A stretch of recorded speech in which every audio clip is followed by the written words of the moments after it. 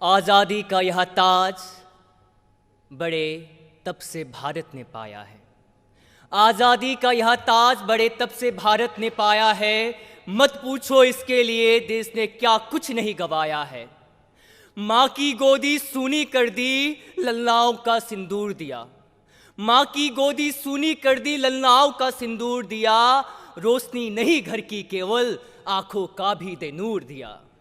नमस्कार। गुरुदेव की पुण्य भूमि विश्व भारती शांति निकेतन से मैं सिद्धार्थ छेत्री आज यहाँ उपस्थित भारतीय जनता की प्रतिनिधि एवं हमारे भारतीय युवा पीढ़ी के प्रतिनिधियों को साधुवाद करता हूँ, जो आज एक साथ एक प्रेरणा, एक उद्देश्य को लिए हुए नेताजी सुभाष चंद्र बोस की भांति अपने कर्म पथ पर अग्रसर है। नेताजी सुभाष चंद्र बोस के इतिहास में लिखे मैं उस वाक्य को पुनः दोहराना चाहूंगा कि एक व्यक्ति एक विचार के लिए मर सकता है, लेकिन वह विचार वह उस व्यक्ति के मरने के बाद पुनः हजार व्यक्तियों में अवतार ले लेता है। और आज हम भारतीयों का यहाँ उपस्थित होना यह प्रमाणित करता है कि सुभाष चंद्र बोस जी ने केवल हजार व्यक्तियों में ही नहीं अपितु संपूर्ण भारत के 140 करोड़ भारतीयों में अवतार लिया है एक आदर्श बनकर।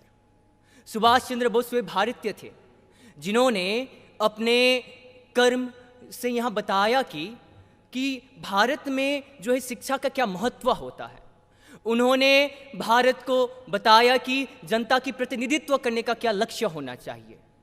मैं पूछता हूँ भारत की उन जनता से जो यहाँ सोचते हैं कि भारत में जो भारतीय है उसका उदाहरण सबसे बड़ा कौन है, तो हमारे बीच एक ही उत्तर आता है, सुभाष चंद्र बोस।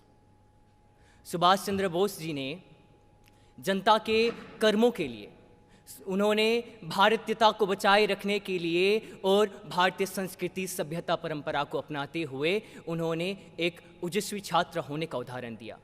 जब आवश्यकता पड़ी तो उन्होंने स्वतंत्रता संग्राम में भागीदारी देकर IAS की नौकरी को त्याग कर एक राष्ट्रभक्त होने का दायित्व निर्वाह किया।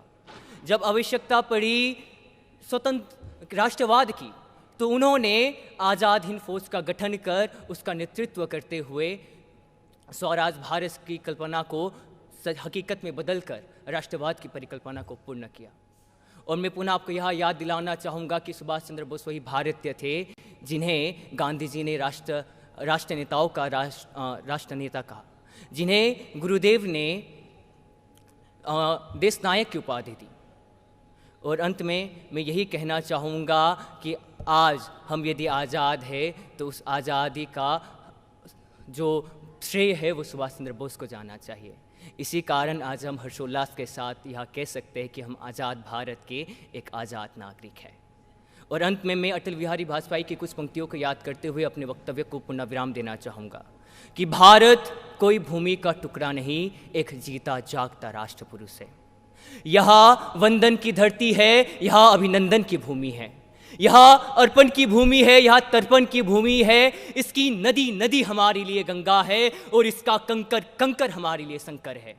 हम जिएंगे तो इस भारत के लिए और मरेंगे तो इस भारत के लिए, और मरने के बाद भी गंगा में बहती हुई हमारी अस्थियों को कोई कान लगाकर सुनेगा तो एक ही आवाज आएगी, भारत माता की, भारत माता की।